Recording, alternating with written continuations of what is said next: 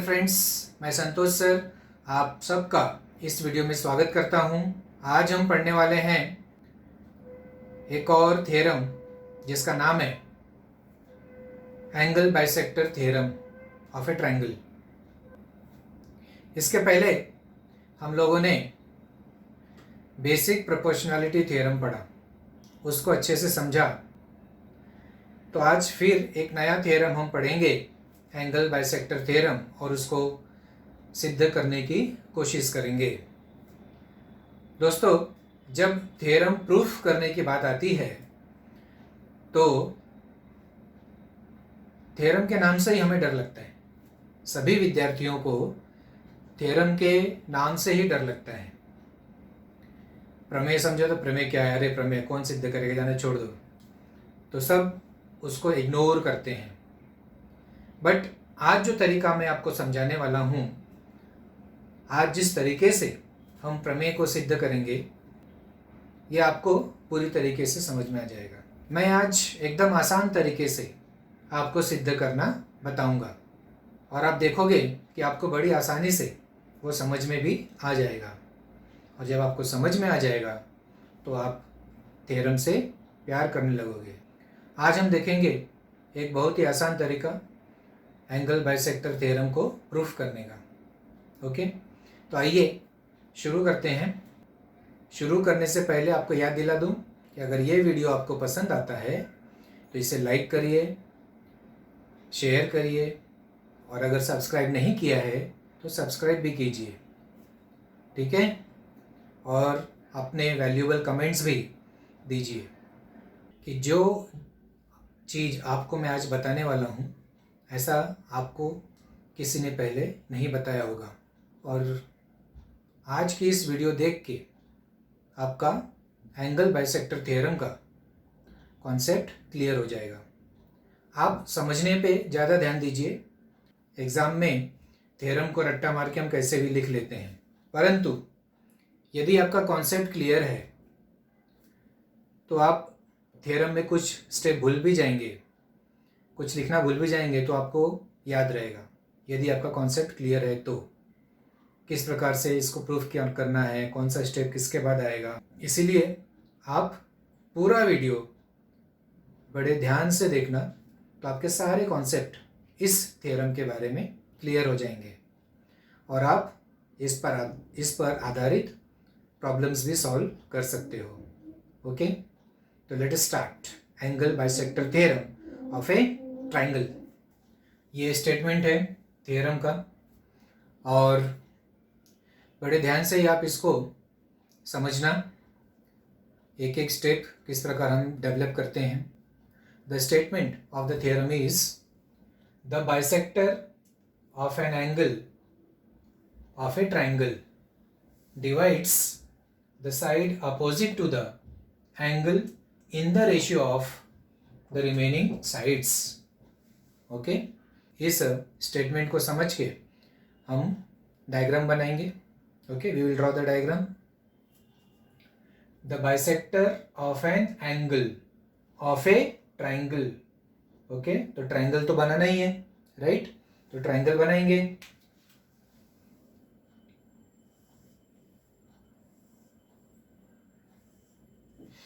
ये ट्रायंगल मैंने सपोज बना दिया ए बी सी।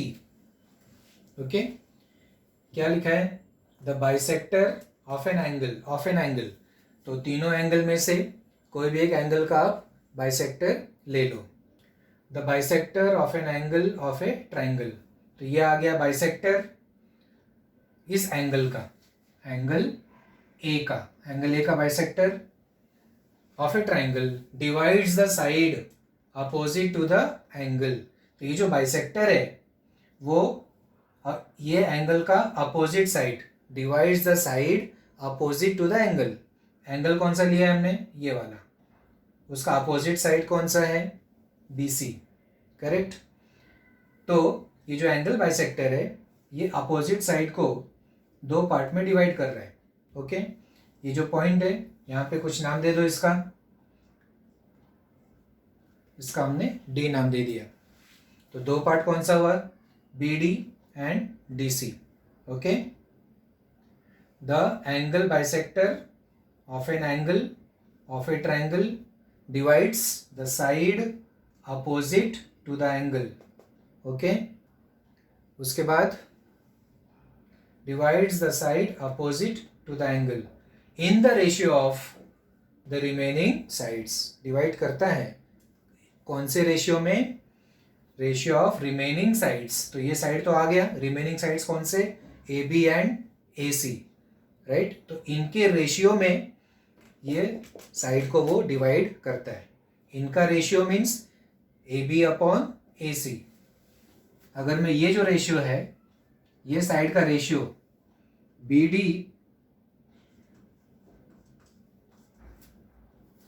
अपॉन ये साइड का रेशियो BD अपॉन DC लिखूं, बराबर. BD, तो B से कौन सा साइड है ये एडजेसेंट? AB. तो यहाँ पर मुझे पहले AB लिखना पड़ेगा, AB अपॉन AC. ओके, या फिर आप AB upon AC equal to BD upon DC, ऐसे भी लिख सकते हो. तो ये हमको प्रूफ करना है. ओके, गिवन पार्ट में क्या दिया है? इसका दो पार्ट कौन सा हो गया? The bisector of an angle of A, जो स्टेटमेंट रीड करके हमने डायग्राम बनाया, स्टेटमेंट का जो पार्ट रीड करके हमने डायग्राम बनाया वो गिवन पार्ट में लिखेंगे. ओके, तो क्या रीड करके हमने डायग्राम बनाया? The bisector of an angle of a triangle divides the side opposite to the angle, right. तो ये पढ़ के हमने ये डायग्राम बनाया, तो वो सब यहाँ पे आ जाएगा गिवन में. कैसे लिखेंगे गिवन? एक ट्राइंगल बनाया हमने, तो in triangle ABC, in triangle ABC क्या है? ट्राइंगल ABC में क्या है? AD is the bisector of which angle? BAC. Okay, and ये जो रे AD है वो BAC का बाइसेक्टर है. रे AD is the angle bisector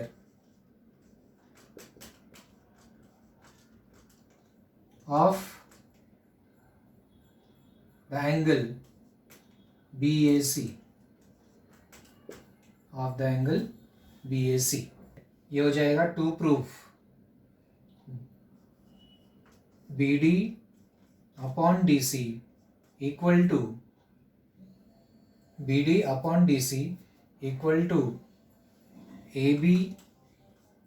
okay, तो यहाँ तक तो हमने लिख लिया सब, डायग्राम बना लिया, राइट. गिवन लिख लिया, टू प्रूव लिख लिया. अब आता है कि प्रूफ कैसे करें इसको, राइट. यहाँ तक तो थोड़ा आसान लगता है कि हमने स्टेटमेंट पढ़ के डायग्राम बना लिया, फिर वही उसी चीज़ का हमने गिवन लिख लिया, फिर उसके बाद जो आगे लिखा है वो प्रूफ हो गया, राइट. वो हो गया प्रूफ. परंतु अब इसके बाद क्या, कैसे सोचें, क्या प्रूफ करना है, राइट. तो आइए देखिए कि किस प्रकार हम सोचते हैं, सोचने का तरीका कैसा होना चाहिए. जो ज्ञान हमने पहले ही लिया है उसी पर आधारित हम सोचते हैं, आगे की बात को सोचते हैं कि कैसे आगे क्या करना है, वो हम प्रेजेंट में हमारे पास जो ज्ञान है उस पर आधारित सोचते हैं, राइट. उसको बेस मान के हम आगे का सोचते हैं.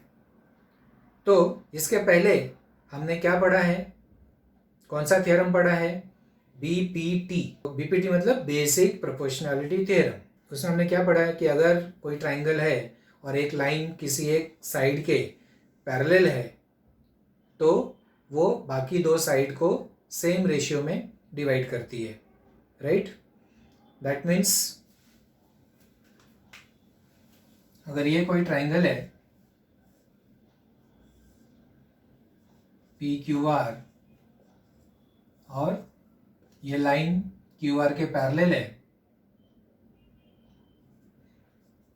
सपोज ये लाइन इसको S और T में डिवाइड करती है, तो यहाँ पे रेशियो क्या होता है? P S upon Q S equal होता है P T upon T R. Okay, तो ये दो साइड का रेशियो इक्वल होता है।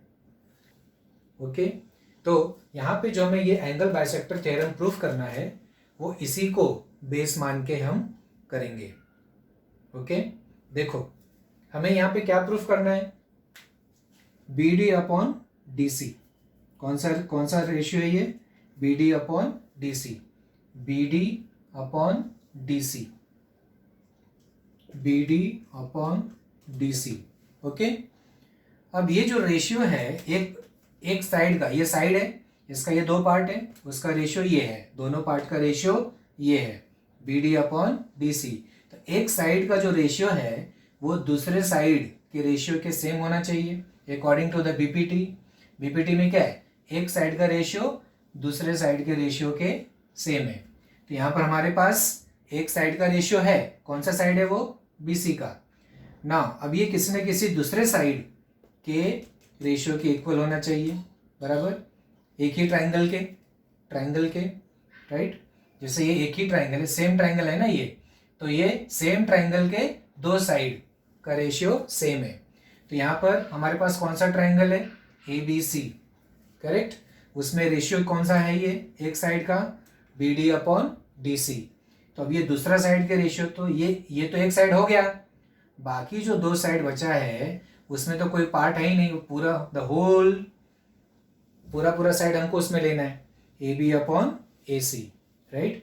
तो ये जो रेशियो है एक साइड का, इसके लिए हमको दूसरा कोई ट्राइंगल बनाना पड़ेगा, ये ट्राइंगल में तो पॉसिबल ही नहीं है, करेक्ट, क्योंकि ये ट्राइंगल का जो साइड है बी सी, ओके, उसका रेशियो ये है।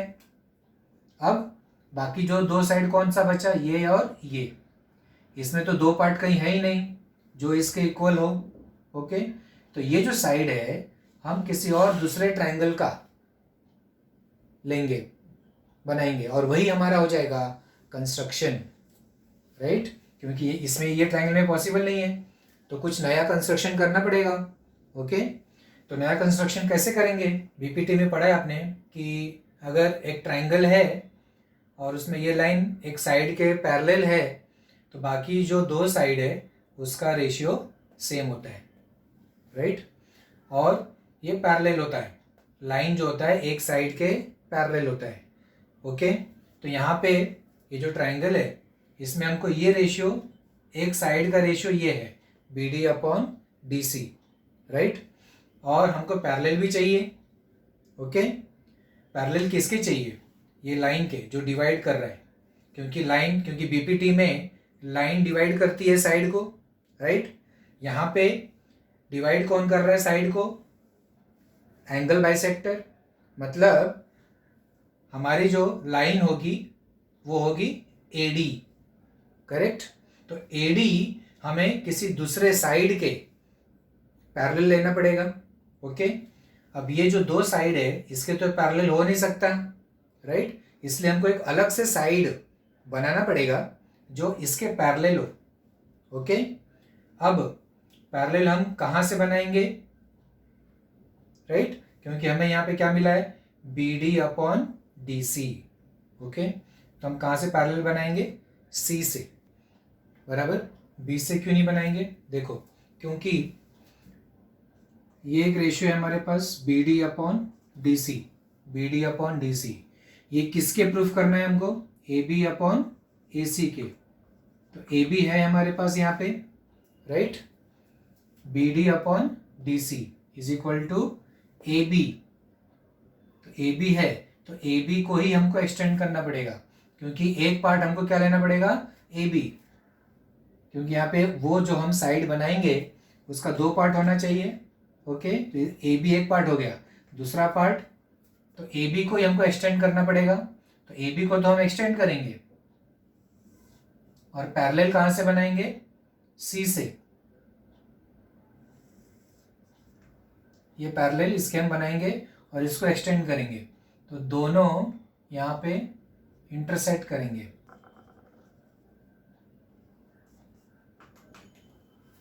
Draw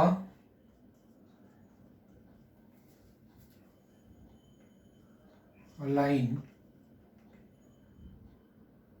parallel to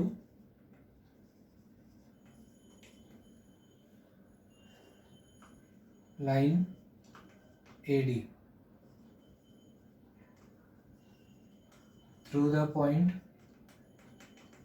C, through the point सी।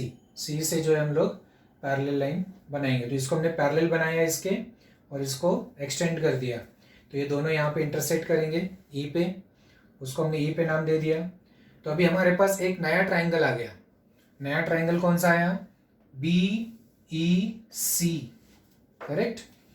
बड़ा ट्राइंगल आ गया, उस पर अब ध्यान दो, बड़े ट्राइंगल पे। प्रूफ, तो in triangle B E C, in triangle B E C, AD is parallel to one side, AD is parallel to EC by construction, okay. तो ये जो बड़ा ट्राइंगल है इसमें एक ये जो साइड है, ये लाइन एक साइड के पैरेलल है, तो by BPT other two sides का रेशियो सेम रहेगा। तो बड़े वाले ट्राइंगल का एक साइड कौन सा है? BE, उसका दो पार्ट कौन सा है? BA upon AE। Therefore BA upon AE is equal to BA upon AE is equal to, और फिर ये एक साइड ये हो गया, दूसरा साइड कौन सा है? BD upon DC, okay. This here you will write by BPT, correct. Now तो BD अपॉन DC मिल गया हमको एक पार्ट, अभी ये पार्ट चाहिए, तो BD upon DC is equal to AB upon AC। AB भी मिल गया यहाँ पे, अब क्या है यहाँ पे AE की जगह पे क्या होना चाहिए? AC। तो AE को रिमूव कैसे करना है वो ध्यान दो, AE को रिमूव कैसे करेंगे वो ध्यान दो। अब देखो इधर AE है, ओके, ये दोनों पैरेलल है, and take this as transversal. AC क्या लेंगे? ट्रांसवर्सल लेंगे। तो ये पैरेलल है और ये ट्रांसवर्सल है, तो इसका मतलब ये देखो ये जेड फॉर्मेशन हो रहा है यहाँ पे, इसका मतलब ये वाला एंगल और ये वाला एंगल, ये किस टाइप के एंगल होंगे? Alternate angle, right. और अल्टरनेट एंगल्स कॉन्ग्रुएंट होते हैं। उसके बाद तो वो भी आप यहाँ पे लिखोगे। फिर अभी ये ट्रांसवर्सल लिया है, पैरेलल लाइन सेम है, ट्रांसवर्सल ये वाला लो, BE, ये साइड BE ट्रांसवर्सल लेंगे, तो ये जो एंगल है वो ये एंगल के इक्वल आएगा, कॉरेस्पॉन्डिंग एंगल हो जाएगा, ओके। ये देखो दिस टू आर पैरेलल और ये ट्रांसवर्सल है, तो ये जो ट्रांसवर्सल लिया तो एंगल यहाँ बन रहा है, ये वाला एंगल और ये वाला एंगल, करेक्ट। तो ये दोनों किस टाइप के एंगल होते हैं? Corresponding angle. So they are corresponding angles, right. तो कॉरेस्पॉन्डिंग एंगल्स है तो वो कॉरेस्पॉन्डिंग एंगल्स भी कॉन्ग्रुएंट होते हैं। तो हमने यहाँ पे ये वाला ट्रांसवर्सल लिया तो ये अल्टरनेट एंगल कॉन्ग्रुएंट मिला, ओके। तो उसको हमने यहाँ पे लिख दिया, angle DAC is equal to angle ACE, alternate angles,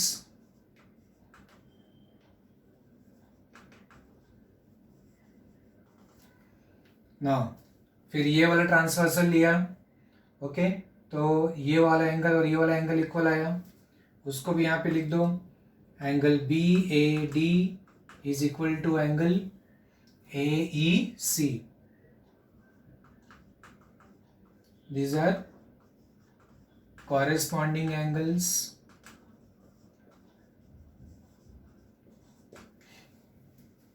but ये दोनों एंगल इक्वल है क्योंकि ये एंगल बाइसेक्टर है। This two are congruent with each other, तो यहाँ पे हम लोग लिखेंगे angle BAD is equal to angle DAC. This is given to us, okay, angle bisector is given, therefore these two angles are congruent. Now see, angle DAC and angle BAD both are equal, दोनों equal है, तो left hand side equal है तो right hand side भी equal रहेगा.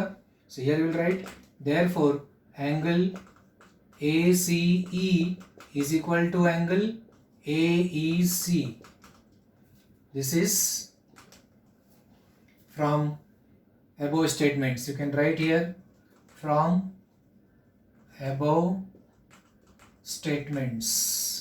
या तो आप स्टेटमेंट का नंबर भी लिख दो यहाँ पे, फ्रॉम 1 and 2 जैसा आपको चाहिए वैसे लिख सकते हो. तो ये दोनों एंगल इक्वल हो गया, ACE and AEC. Okay, ACE and AEC, these two are equal. Now see in the diagram, ACE किधर है, ACE एंगल ACE ये वाला एंगल, और जो दूसरा एंगल है एंगल AEC ये वाला एंगल. ओके, ये दोनों एंगल इक्वल हो गया, ये दोनों एंगल इक्वल हो गया. ट्रायंगल ACE में ध्यान दो, ट्रायंगल ACE में ध्यान दो. ये ट्रायंगल में ये दो एंगल कॉन्ग्रुएंट है तो उनका अपोजिट साइड्स कॉन्ग्रुएंट रहेगा. मतलब side AE is equal to side AC. Correct? Because in a triangle if two angles are congruent then opposite sides are also congruent. तो यहाँ पे हम लोग लिख सकते हैं, इसलिए अपोजिट साइड क्या है, ये एंगल का opposite side AE is equal to ये एंगल का opposite side AC. So AE is equal to AC. अभी फिर से यहाँ पे आ जाओ, अब यहाँ पे आ जाओ इक्वेशन नंबर 1 पे.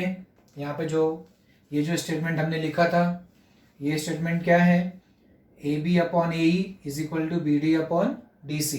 ओके, तो प्रूफ में हमको पहले ये चाहिए BD अपॉन DC, तो मैं वैसे ही लिखता हूँ BD upon DC equal to AB